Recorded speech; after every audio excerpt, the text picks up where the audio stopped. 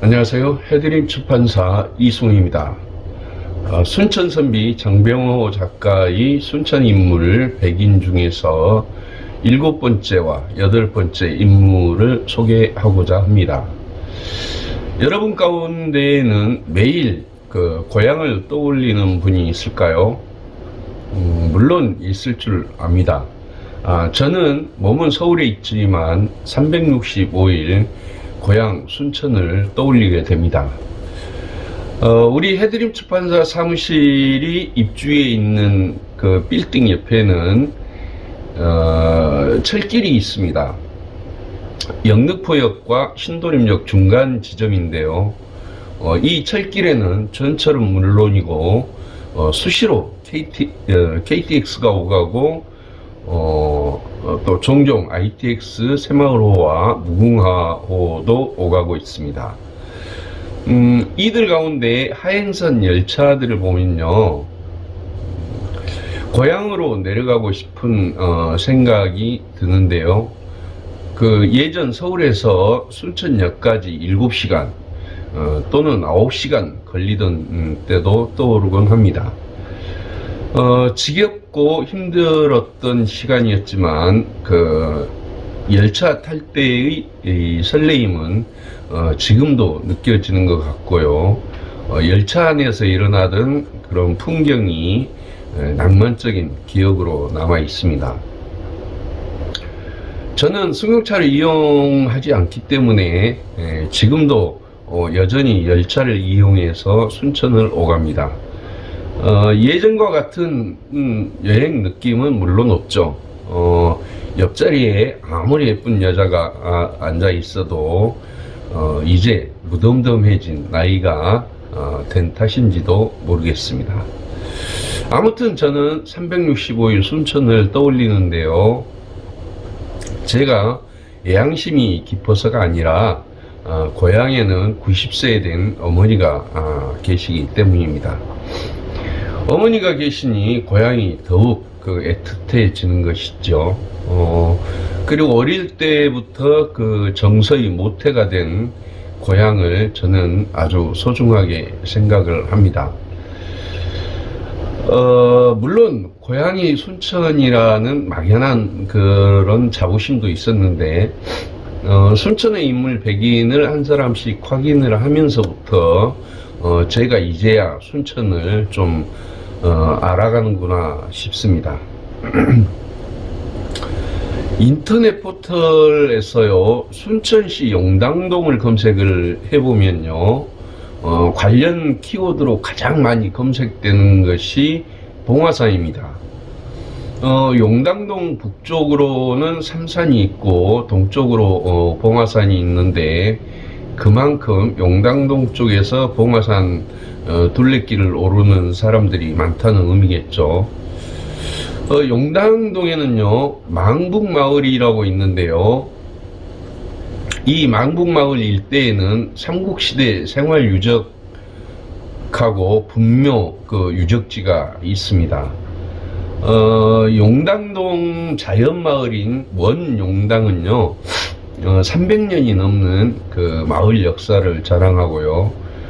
특히 이곳에 만석직이 김사천이 살았고, 김사천의 아들 우석 김종익이 순천대학교와 순천고등학교, 그리고 순천중학교, 경성여자의학전문학교를 설립하였습니다.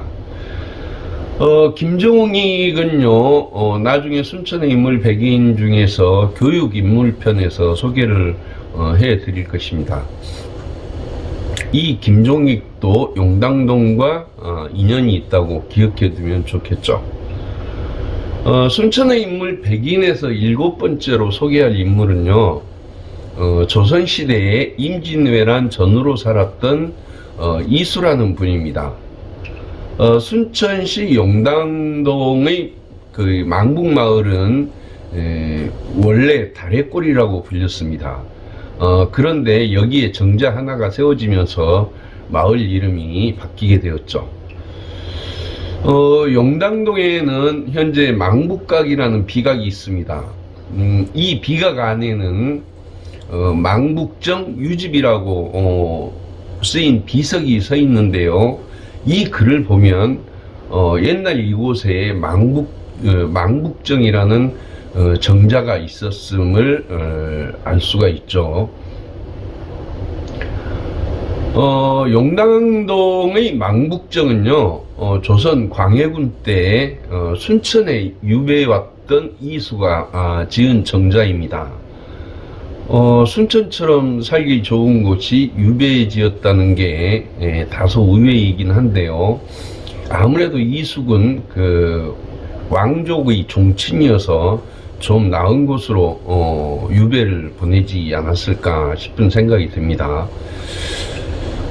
이수는 이 정자에서요, 귀양 생활하는 내내 매일 서울을 향해서 절을 올리고 임금의 보위와 국가의 안녕을 기도했습니다.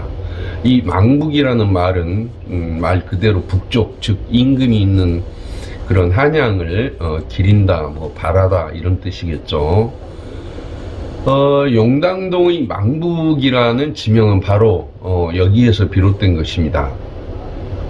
오늘날 정자는 없어지고요, 정각하고 비석만 남아서 예터를 증언해주고 있을 뿐이죠. 1569년에 태어나 1645년에 세상을 떠난 이수는 본관이 전주이고 왕족이니까 당연하겠죠. 자는 명원입니다. 조선 중기의 그 종친으로 정종의 사세손이죠. 이수는 그 일어구이, 그러니까 1592년 임진왜란 때 의주로 피난을 간 그 선조를 따랐고요. 그리고 왕과 그 세자로 조정이 그 나누어질 때 광해군을 따라서 선정관으로도 활약을 했습니다. 이수는 학문이 뛰어난 것을 인정받아서 전란으로 흩어진 그 왕실 족보 정리하는 데 참여를 하였고요. 광해군 때 이품 벼슬인 정의대부와 중의대부에 올랐습니다만, 그 광해군 9년인 1617년 임목대비의 폐비를 주장하면서 권력을 휘두르던 이이첨을 탄핵하다가 순천으로 유배를 오게 된 것이죠. 이수는 순천에서 그 귀양살이 하는 동안요, 용당동의 다래골에서 손수 초가를 지어 그 망북정이라는 이름을 붙이고 매일 임금이 있는 북쪽을 향해 절을 올리며 국태 민안을 기원하였던 것이죠. 1621년 5년 만에 이제 유배에서 풀려났고요. 이후 인조반정, 이괄로 인한 후금의 침입으로 또 인조가 강화도로 피신을 할 때 등 왕 가까이에서 활약을 하다가 1645년 77세의 나이로 세상을 떠났습니다. 이때 조선은 참 여러 가지로 혼란의 연속이었던 상황이었죠. 현재 이수의 묘소는 순천이 아니라 경기도 성남시 분당구 국내동에 있습니다. 성남 사시는 분들은 한번 우리 순천과 인연이 있으니 한번 가보시면 좋겠죠. 그런데요, 저는 그 이수를 알면서 그 순천의 인물 백인 저자인 장병호 작가는 왜 이수를 순천의 인물 백인에 포함을 하였을까 궁금했습니다. 그래서 제 나름대로 생각을 해보니 그 왕의 친족이 그 순천으로 유배를 왔다는 의미도 있고, 이수 그 사후에요, 그 후손들이 약 150년 동안 이 용당동의 망북정 자리를 관리를 해온데 그 의미를 두었기 때문이 아닐까 싶었습니다. 이수의 6대 손인 이동엽이라는 사람이 있었습니다. 그는 1780년 전후의 그 정조 때 사람인데요. 순천 부사였다는 기록이 있습니다만 순천 그 역대 지방관 명단에는 또 이름이 빠져 있습니다. 그 이수가 지은 망북정이 이제 사라진 후 그 이동엽은 옛 그 망북정 터에 그 정각을 다시 짓고 망북각이라는 현판을 달았죠. 당시 정각을 짓고 현판을 달 정도면 순천 부사가 아니라도 아마 그만한 능력을 갖춘 그 지위가 있지 않았을까 싶습니다. 더군다나 그 이수의 그 집안 내력을 보면 상당한 그 위치를 짐작할 수가 있기도 합니다. 그리고 그 이동엽이 지은 그런 정각이 다시 또 퇴락을 하자 그 순조 원년 1801년이죠. 전라 좌수사였던 그 이수의 6대손 이동선이 이 정각을 재차 수리를 하고 이수를 추모하기 위해 유지비를 세웠던 것이죠. 용당동에서 봉화산 둘레길을 오를 기회가 있다면 이런 그 이수의 발자취를 음미해 보는 것도 아주 바람직스럽겠죠. 다음으로 그 순천의 인물 108번째에는요, 순천의 생명줄 같은 동천과 인연이 있는 인물인데요, 김여물이라는 분입니다. 김여물. 이름이 참 독특하죠. 그런데 이분의 이름을 보면요, 한문으로 너여 또는 물의 이름 여자이고, 물은 산 높은 물자입니다. 그래서 이름을 가만 보면 그 이름에서 이 김여물이라는 분이 동천을 만난 것은 어떤 운명이 아니었을까 싶기도 합니다. 아무튼 김여물이라는 분은 그 동천과 연관시키지 않아도요, 역사적으로 대단한 인물이므로 순천이 고향인 분들은 꼭 한번 김여물에 대해서 알아두면 좋겠죠. 순천시를 가로질러 흐르는 동천은 오늘날 시민들의 쾌적한 휴식 공간입니다. 저는 무엇보다 그 동천의 맑은 물이 인상적인데요. 저도 서울에서 살면서 서울에서 그 가장 긴 안양천을 수년 동안 그 걸어 봤는데요. 그 안양천 수질과 우리 순천의 동천 수질은 비교가 안 될 정도입니다. 또 순천 동천에는 그 사람들이 산책로를 거닐면서 그 산책로를 아주 지금 잘 닦아놨죠. 또 건강을 도모하고 삶의 그 활력을 찾고 있죠. 그 특히 제 방을 따라 그 심어 놓은 벚나무는 봄마다 그 화사한 꽃을 피우는데 새로운 그 관광 명소로 떠오르고 있습니다.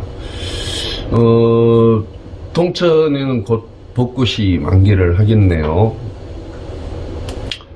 옛날 동천은요, 그 순천성 주변의 농토를 가꾸는 젖줄 구시를 하면서도 때로는 범람해서 그 인명과 재산 피해를 주기도 하였습니다.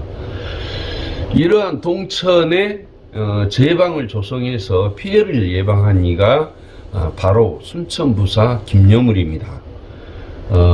먼저 그 말씀드렸듯이 이분의 그 이름에서 벌써 동천이 흘러가는 듯한 느낌이 들죠. 순천 백성을 위해서 일했던 김여물은 임진왜란 때 전장에 나가서 나라를 위해 의로운 목숨을 바쳤습니다. 임진왜란이 일어난 1592년에 전쟁터에서 세상을 떠난 것이죠. 김여물은요, 그 조선 중기 때 그 문신으로 본관이 순천입니다. 고향은 순천이 아니지만 순천 김씨죠. 그러니까 이런 걸 보면 순천에서 그 순천 김씨의 무게감이 상당히 느껴지죠. 김여물은 1548년 경상도 선산에서 태어났습니다. 인조반정을 일으켜 광해군을 몰아내고 우의정과 영의정을 지낸 그 김유가 그의 아들입니다. 김여물은요, 20살에 그 진사가 되었고요. 나이 30에 알성문과에 장원급제를 하였습니다. 풍채가 준수하고 성품이 호탕한 그런 김여물은 문물을 겸비해서 국마술이 능했고요. 법도에 얽매이는 것을 아주 싫어했다고 합니다.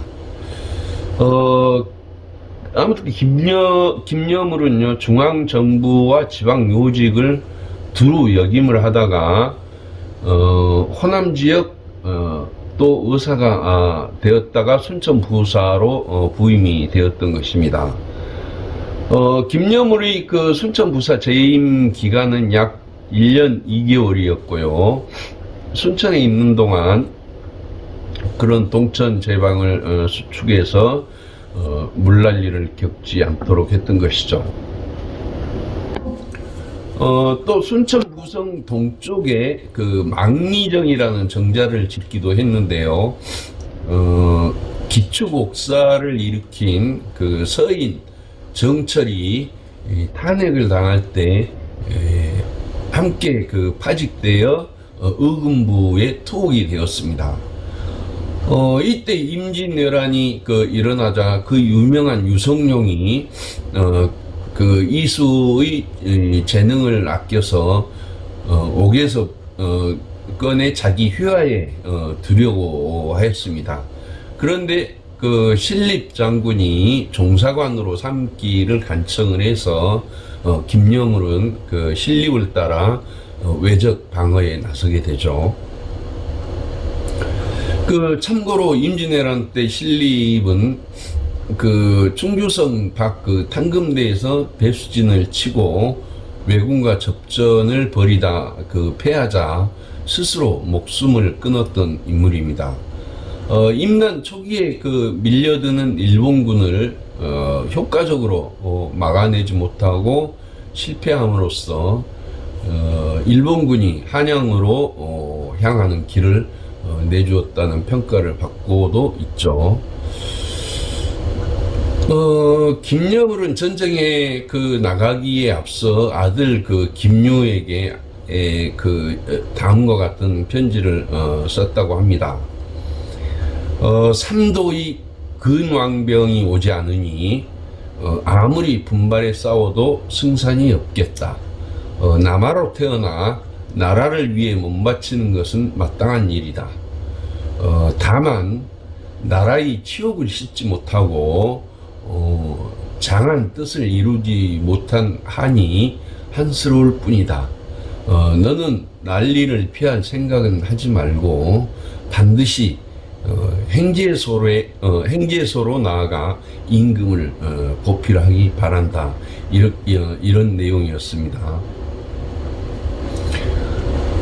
일본의 일본 침입자들에 저항한 김여물의 의로운 집안을 엿볼 수 있는 편지였죠.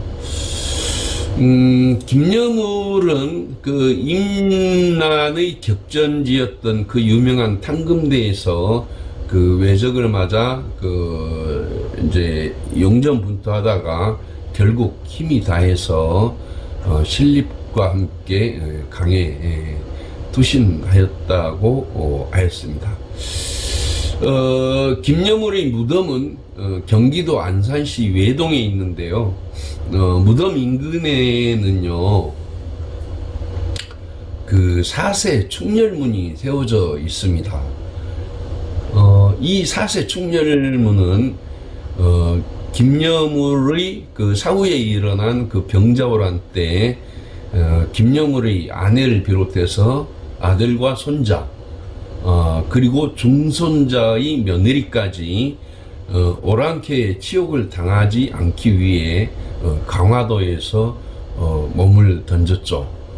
이 4대에 걸친 고부의 절개를 기려서 조종해서 정문을 내렸던 것입니다. 그것이 현재 그 경기도 안산시 외동에 있는 사세 충렬문입니다. 아무튼 김여물의 그 대단한 집안이었다는 것을 느낄 수가 있습니다. 그 18세기에 나온 일본의 예혼 타이곡이라는 그 기록물에는요, 김여물이 홀로 말을 타고 도끼를 휘두르며 외적을 무찌르는 내용이 소개되어 있습니다. 그들이 특별히 장군의 이름까지 그 명기한 것을 보면 김여물은 일본에게 위압감을 줄 만큼 용맹이 두드러졌던 것으로 추측할 수가 있죠. 올해 그 신정 때였습니다. 순천 사는 그 매제하고 순천 아랫장에서 그 순천만 방향으로 동천을 걷게 되었는데요. 동천교 아래에 가니까 수백만 마리 그 잉어 새끼떼가 있었습니다. 정말 엄청난 광경이었죠. 그 영상은 해드림 출판사 유튜브에 올라와 있는데요. 아마 올 봄에는 그 새끼 잉어들이 성어가 되어서 동천을 물반 고기반으로 만들지 않을까 싶은데요. 산란철이 되면 그 동천의 그 잉어떼 움직이는 것도 또한 그 장관이겠죠. 이제 동강을 걷게 되면요, 김여물이라는 분이 이제 떠오르겠죠. 오늘은 그 순천의 인물 100인 중에서 2분을 소개를 해 드렸는데요. 다음에 또 9번째, 순천의 인물 100인 중에서 9번째 인물을 소개를 해 드리겠습니다. 그분은 개인적으로 제가 관심을 많이 갖고 있는 이수광이라는 분입니다. 그럼 다음에 또 뵙겠습니다. 고맙습니다.